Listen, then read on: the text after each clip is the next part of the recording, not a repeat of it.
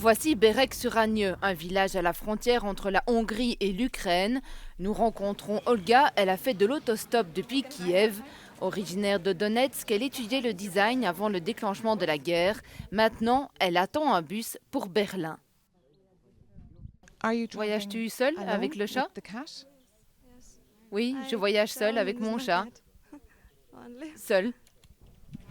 Olga, âgée de 29 ans, fait partie des milliers d'Ukrainiennes qui fuient la guerre seules. Elle risque d'être exploitée.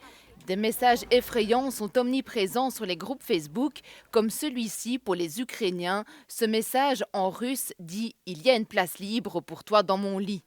S'assurer que les femmes arrivent à destination saines et sauves est une priorité absolue pour les travailleurs humanitaires comme Imre de l'Ordre de Malte, ici en Hongrie. Il suit leur voyage.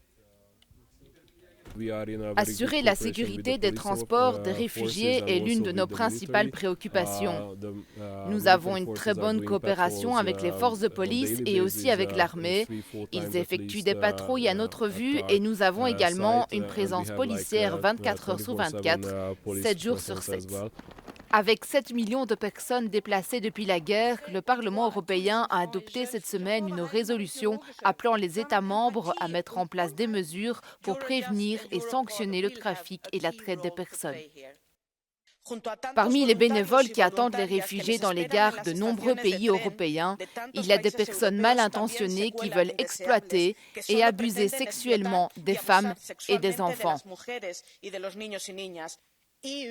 L'Union européenne doit éradiquer les hommes qui achètent du sexe, les hommes qui achètent des femmes et des enfants. Comme c'est ridicule, comme c'est malsain, qui enlève des enfants, qui a des relations sexuelles avec des enfants, qui achète des femmes qui fuient, qui ont tout perdu. Ce sont ces hommes qui ont une place spéciale en enfer. Olga et son chat Zen ont survécu aux 13 heures de trajet en bus jusqu'à Berlin.